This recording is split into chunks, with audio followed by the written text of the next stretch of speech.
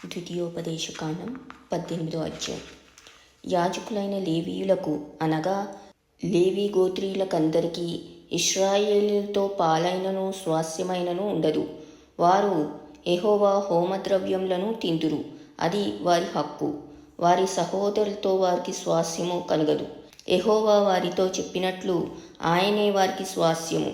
జనుల వలన అనగా ఎద్దు గాని గొర్రె గాని మేక గాని బలిగా అర్పించు వారి వలన యాజకులు పొందవలసినది ఏదనగా కుడి జబ్బను 2 దవడలను పొట్టను యాజకునికి ఇయ్యవలెను. నీ ధాన్యంలోను నీ ద్రాక్షారసంలోను నీ నూనెలోను ప్రథమ ఫలములను నీ గొర్రెల మొదటి బొచ్చును అతనికి ఇయ్యవలెను.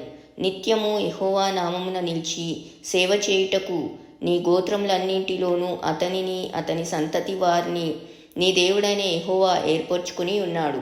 ఒక లేవీయుడు ఇశ్రాయేలీయుల దేశంన తాను విదేశీగా నివసించిన నీ గ్రామములలో ఒక దాని నుండి యెహోవా ఏర్పరచుకొని స్థలమునకు మిక్కిలి మక్కువతో వచ్చినప్పుడు అక్కడ యెహోవా సన్నిధిని నిలుచు లేవీయులైన తన గోత్రపు వారు చేయనట్లు అతడు తన దేవుడైన యెహోవా నామమున సేవ చేయవలెను. అమ్మబడిన తన పిత్రార్జితము వలన తనకు వచ్చినది గాక అతడు ఇతరుల వలె వంతు అనుభవింపవలెను. నీ దేవుడైన యెహోవా నీకిచ్చుచున్న దేశంన నీవు ప్రవేశించిన తరువాత ఆ జనముల హేయకృత్యములను నీవు చేయ నేర్చుకొనకూడదు.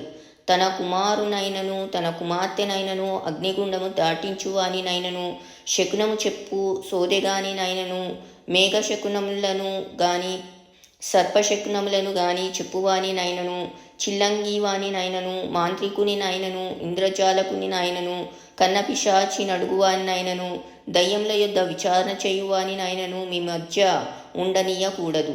వీటిని చేయు ప్రతివాడు యెహోవాకు హేయుడు. ఆ హేయములైన వాటిని బట్టి నీ దేవుడైన యెహోవా నీ ఎదుట నుండి ఆ జనములను వెళ్ళగొట్టుచున్నాడు. నీవు నీ దేవుడైన యెహోవా యొద్ద యథార్థపరుడవై ఉండవలెను. నీవు స్వాధీనపరచుకొనబోవు జనములు మేఘశకునములను చెప్పువారి మాటను సోదెగాండ్ర మాటను విందురు. నీ దేవుడైన యెహోవా నిన్ను అలాగును చెయ్యనీయడు. హోరేబులో ఆ సమాజ దినమున నేను చావకయుండునట్లు మళ్ళీ నా దేవుడైన యెహోవా స్వరము నాకు వినబడకుండునుగాక, ఈ గొప్ప అగ్ని నాకు ఇకను కనబడకుండునుగాక అని చెప్పితివి. ఆ సమయమున నీ దేవుడైన యెహోవాను నీవు అడిగిన వాటన్నింటి చొప్పున నీ దేవుడైన యెహోవా నీ మధ్యను నా వంటి ప్రవక్తను నీ సహోదరులలో నీ కొరకు పుట్టించును.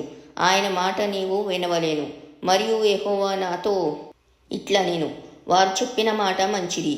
వారి సహోదరులో నుండి నీ వంటి ప్రవక్తను వారి కొరకు పుట్టించెదను. అతని నోట నా మాటలనుంచుదును. నేను అతనికి ఆజ్ఞాపించున్నది యావత్తును అతడు వారితో చెప్పును. అతడు నా నామమున చెప్పు నా మాటలను వినని వానిని దాని గూర్చి విచారణ చేసేదను. అంతేకాదు ఏ ప్రవక్తయు అహంకారం పూని నేను చెప్పుమని తనకు ఆజ్ఞాపించని మాటను నా నామమున చెప్పునో ఇతర దేవతల నామమున చెప్పునో ఆ ప్రవక్తయును చావవలెను. మరియు ఏదో ఒక మాట యెహోవా చెప్పినది కాదని మేమిట్లు తెలుసుకొనగలమని మీరు అనుకొనిన ఎడల ప్రవక్త యెహోవా నామమున చెప్పినప్పుడు ఆ మాట జరగకపోయిన ఎడలను ఎన్నడూనూ నెరవేరకపోయిన ఎడలను అది యెహోవా చెప్పిన మాట కాదు. ఆ ప్రవక్త అహంకారం చేతనే దాని చెప్పెను గనుక దానికి భయపడవద్దు.